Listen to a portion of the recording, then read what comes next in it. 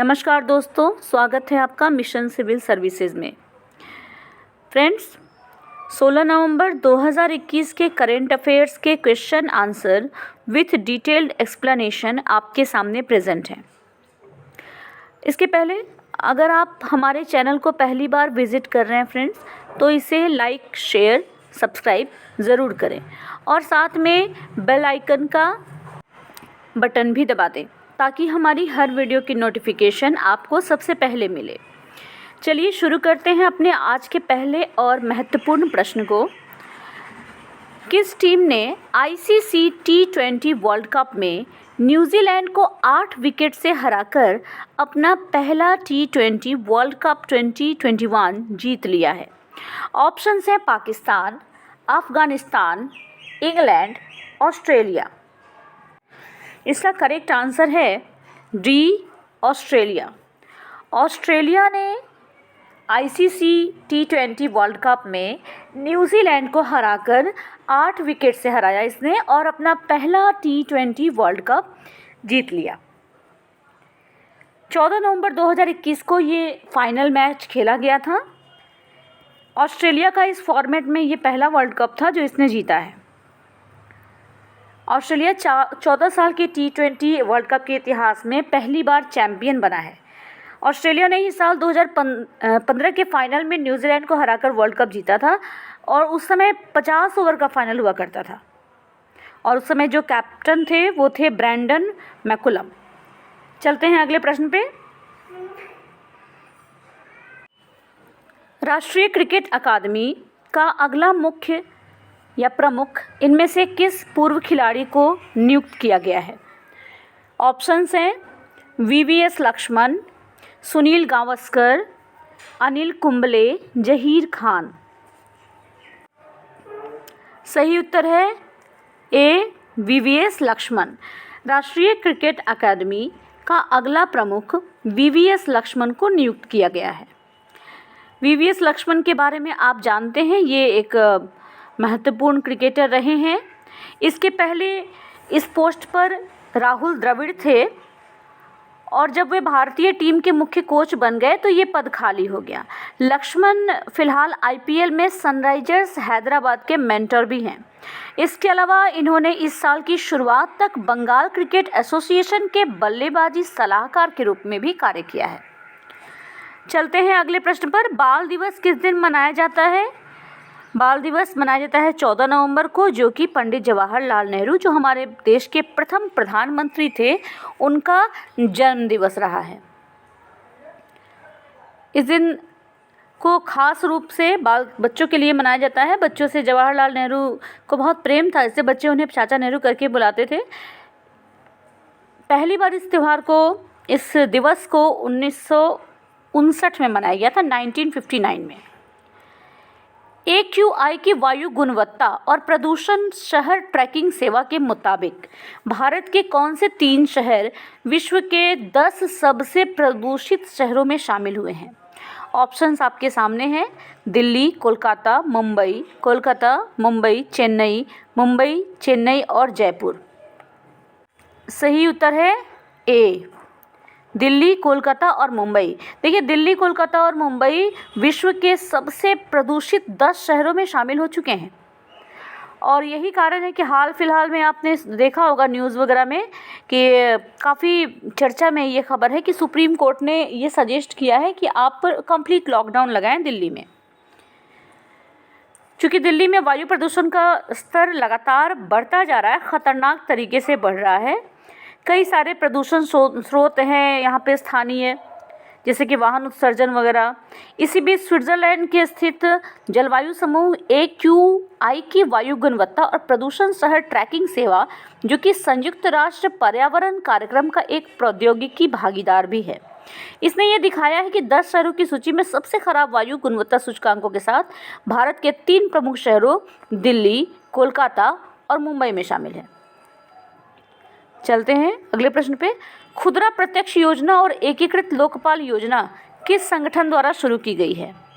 Option है भारतीय reserve bank, pension fund नियामक और विकास प्राधिकरण, बीमा नियामक, और विकास प्राधिकरण, भारतीय प्रतिभूति और विनिमय बोर्ड। प्रश्न एक बार और देखिए, खुदरा प्रत्यक्ष योजना और एकीकृत लोकपाल योजना किस संगठन द्वारा शुरू की गई है? इसका आंसर है ए, भारतीय रिजर्व बैंक। भारतीय रिजर्व बैंक की योजना है खुदरा प्रत्यक्ष योजना और एकीकृत लोकपाल योजना।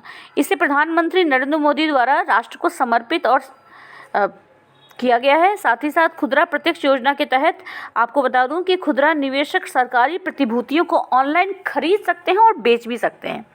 वहीं एकीकृत लोकपाल योजना ग्राहकों की शिकायतों पर शिकायत निवारण तंत्र को बेहतर बनाने में मदद करती है। चलते हैं अपने छठे प्रश्न पर। कौन सा देश 2022 में संयुक्त राष्ट्र जलवायु परिवर्तन सम्मेलन COP27 की मेजबानी करने के लिए तैयार है? ऑप्शन से भारत, चीन, USA, मिस्र। सही उत्तर है डी, मिस्र यानी इजिप्ट। संयुक्त राष्ट्र जलवायु परिवर्तन सम्मेलन पार्टियों का सम्मेलन UNFCCC COP27 की मेजबानी वर्ष 2022 में मिस्र के द्वारा की जाएगी और COP28 की मेजबानी 2023 में संयुक्त राज्य अमेरिका के द्वारा की जाएगी। संयुक्त अरब अमीरात के द्वारा की जाएगी। COP का मेन जो पर्पस है वो है जलवायु परिवर्तन पर संयुक्त राष्ट्र फ्रेमवर्क कन्वेंशन का निकाय बनाना। इस कन्वेंशन में 197 पक्ष हैं और ये जलवायु परिवर्तन पर 2015 के पेरिस समझौते में निर्धारित लक्ष्यों को प्राप्त करने का प्रयास कर रहा है। सातवां प्रश्न, भारत में हवाई अड्डों को किस अधिनियम के नियमों के अनुसार प्रमुख हवाई अड्डे घोषित किया गया है? ऑप्शन हैं भारतीय विमानपत्तन प्राधिकरण अधिनियम, हवाई अड्डा विनियमन अधिनियम, नागरिक उड्डयन अधिनियम, हवाई अड्डा आर्थिक नियामक प्राधिकरण अधिनियम। सही उत्तर है डी, हवाई अड्डा आर्थिक नियामक प्राधिकरण अधिनियम। भारत सरकार ने हवाई अड्डा आर्थिक नियामक प्राधिकरण अधिनियम 2008 के तहत महाराष्ट्र में शिरडी हवाई अड्डे को एक प्रमुख हवाई अड्डे के रूप में घोषित किया है। अधिनियम की धारा 13 के तहत हवाई अड्डा आर्थिक नियामक प्राधिकरण वैमानिकी सेवाओं से संबंधित टैरिफ का निर्धारण करेगा। प्रमुख हवाई अड्डों पर प्रदान इसको किया जाएगा। चलिए आगे बढ़ते हैं। लोक प्रशासन के राज्य संस्थानों को मजबूत करना, इस पर 2 दिवसीय क्षेत्रीय सम्मेलन किस स्थान पर आयोजित किया गया था? ऑप्शन है मुंबई, दिल्ली, अहमदाबाद, लखनऊ।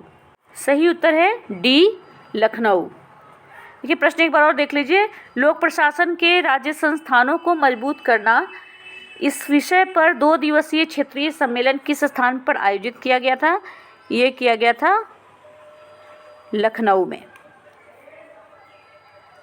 भारत के प्रशासनिक सुधार और लोक शिकायत विभाग ने उत्तर प्रदेश सरकार के सहयोग से लखनऊ में राज्य लोक प्रशासन संस्थानों को मजबूत बनाने पर 2 दिवसीय क्षेत्रीय सम्मेलन का आयोजन किया है। इसका उद्देश्य शासन और प्रशासनिक प्रशिक्षण में सर्वोत्तम प्रथाओं और आवश्यकताओं को साझा करने के लिए विभिन्न प्रशिक्षण संस्थानों को एक मंच पर लाना था। हाल ही में चर्चा में रहा ऐतिहासिक संकल्प किस देश से संबंधित है? USA, जापान, चीन, न्यूजीलैंड। सही उत्तर है सी, चीन। देखिए ऐतिहासिक सम्मेलन जो हाल ही के समय में काफ़ी चर्चा में रहा है, ये चीन से संबंधित है। ऐतिहासिक संकल्प, चीन की कम्युनिस्ट पार्टी ने एक ऐतिहासिक प्रस्ताव अपनाया है जिसे आमतौर पर ऐतिहासिक संकल्प भी कहा जाता है, जो सत्तारूढ़ राष्ट्रपति शी जिनपिंग को अगले 1 साल तक अभूतपूर्व तीसरे कार्यकाल को सुरक्षित करने और जीवन भर चीन पर शासन करने में सक्षम बनाता है। इस संकल्प को अपनाने से उन्हें प्रतिष्ठित अतीत के नेताओं माओ से तुंग और देंग शियाओपिंग के बराबर रखा गया है और साथ ही ऐतिहासिक संकल्प रखने वाले चीन के ये तीसरे नेता बन गए हैं। अगले प्रश्न पे चलते हैं। भारत के किस राज्य में 15 नवंबर 2021 से 19 नवंबर 2021 तक इनोवेटर्स और स्टार्टअप्स के लिए इंडिया टेक्नोप्रेन्योरशिप सीरीज का आयोजन किया जा रहा है? ऑप्शन है दिल्ली, हरियाणा, केरल, गुजरात। सही उत्तर है सी, गुजरात। केरल। भारत के केरल राज्य में 15 नवंबर 2021 से 19 नवंबर 2021 तक इनोवेटर्स और स्टार्टअप्स के लिए इंडिया टेक्नोप्रेन्योरशिप सीरीज का आयोजन किया जा रहा है। कहाँ? केरल में। ये 15 नवंबर 2021 से शुरू होकर 19 नवंबर 2021 को समाप्त होगा। ये पहले नवोन्मेष और सहयोग के लिए एक मंच प्रदान करेगा ताकि नए कंपनियों को जमने में चुनौतियों का सामना करने के लिए सक्षम बनाया जा सके। इसे केरल में शुरू किया गया है जब ये उभरते हुए उद्यमियों को उनके विचारों के लिए अधिक दृश्यता प्रदान करने में सहायता प्रदान करके अपने स्टार्टअप पारिस्थितिकी तंत्र में जीवंतता लाने के लिए प्रयासरत है। अगला प्रश्न है, हॉकी पुरुष जूनियर विश्व कप 2021 के लिए किस खिलाड़ी को टीम का कप्तान बनाया गया है? ऑप्शन है विवेक सागर प्रसाद, शारदानंद तिवारी, प्रशांत चौहान, राहुल कुमार राजभर। सही आंसर है ए, विवेक सागर प्रसाद। हॉकी टीम ने, जो हमारी हॉकी इंडिया है, उसने 11 नवंबर 2021 को अंतर्राष्ट्रीय हॉकी महासंघ हॉकी जूनियर विश्व कप पुरुष 2021 के लिए 18 सदस्यीय भारतीय टीम की घोषणा कर दी। टोक्यो ओलंपिक में सीनियर टीम का हिस्सा रहे विवेक सागर को टीम की कप्तानी सौंपी गई है, जबकि 2018 युवा ओलंपिक में रजत पदक जीतने वाली टीम के डिफेंडर संजय को उप कप्तान बनाया गया है। भारत ने साल 2016 में हुआ पिछला टूर्नामेंट जीत लिया था। इस बार ये जो टूर्नामेंट है, इसका आयोजन उड़ीसा के भुवनेश्वर में किया जा रहा है। अगले प्रश्न पे चलते हैं। संयुक्त राष्ट्र जलवायु परिवर्तन सम्मेलन 2022 की मेजबानी इनमें से किस देश को प्रदान की गई है? ऑप्शंस हैं टर्की, मिस्र, ईरान और रूस, और आंसर है बी, मिस्र। संयुक्त राष्ट्र बाल कोष की रिपोर्ट के अनुसार विश्व स्तर पर निम्नलिखित में से कितने मिलियन बच्चे दिव्यांग हैं? ऑप्शंस है 140 मिलियन, 320 मिलियन, 180 मिलियन, 240 मिलियन। सही उत्तर है डी, 240 मिलियन। संयुक्त राष्ट्र बाल कोष की रिपोर्ट के मुताबिक विश्व स्तर पर 240 मिलियन बच्चे दिव्यांग हैं। संयुक्त राष्ट्र बाल कोष यानी यूनिसेफ की एक नई रिपोर्ट के अनुसार ये आकलन विकलांगता की समावेशी और एक ज़्यादा अर्थपूर्ण समझ पर आधारित है। रिपोर्ट में ये दर्शाया गया है कि विकलांगता के साथ रह रहे बच्चों को समाज में पूर्ण भागीदारी के लिए अनेक अवरोधों का सामना करना पड़ता है। इसके कई नकारात्मक स्वास्थ्य व सामाजिक नतीजे भी दिखाई देते हैं। इसी के साथ हमारे आज के प्रश्न समाप्त होते हैं। चलिए एक क्विक रिवीजन देख लेते हैं। किस टीम ने आईसीसी टी20 वर्ल्ड कप में न्यूजीलैंड को 8 विकेट से हराकर अपना पहला टी20 वर्ल्ड कप 2021 जीत लिया है? सही आंसर है डी, ऑस्ट्रेलिया। राष्ट्रीय क्रिकेट अकादमी का अगला प्रमुख किस पूर्व खिलाड़ी को बनाया गया है? ये बनाया गया वीवीएस लक्ष्मण को। बाल दिवस किस दिन मनाया जाता है? बाल दिवस मनाया जाता है 14 नवंबर को।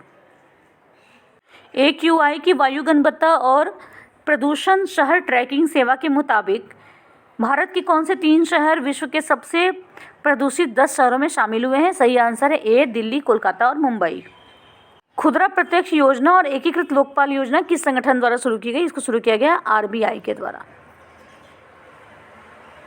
कौन सा देश 2022 में संयुक्त राष्ट्र जलवायु परिवर्तन सम्मेलन COP27 की मेजबानी को तैयार है? सही उत्तर है डी, मिस्र। भारत में हवाई अड्डों को किस अधिनियम के नियमों के अनुसार प्रमुख अड्डे घोषित किया गया है? सही आंसर है डी, हवाई अड्डा आर्थिक नियामक प्राधिकरण अधिनियम। लोक प्रशासन के राज्य संस्थानों को मजबूत करना पर 2 दिवसीय सम्मेलन किस स्थान पर आयोजित किया गया था? सही उत्तर है डी, लखनऊ। हाल ही में चर्चा में रहा ऐतिहासिक संकल्प किस देश से संबंधित है? ये संबंधित है सी, चीन से। भारत के किस राज्य में 15 नवंबर 2021 से 19 नवंबर 2021 तक इनोवेटर्स और स्टार्टअप्स के लिए इंडिया टेक्नोप्रेन्योरशिप सीरीज का आयोजन किया जा रहा है? सही आंसर है सी, केरल। हॉकी पुरुष जूनियर विश्व कप 2021 के लिए किस खिलाड़ी को टीम का कप्तान बनाया गया है? ये बनाया गया है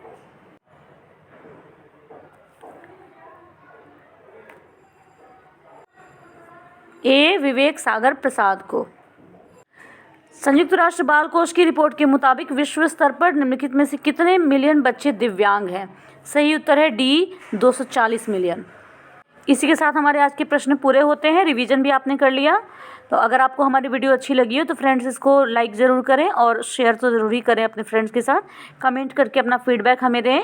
उम्मीद करती हूँ हमारी मेहनत आपको पसंद आई होगी। धन्यवाद।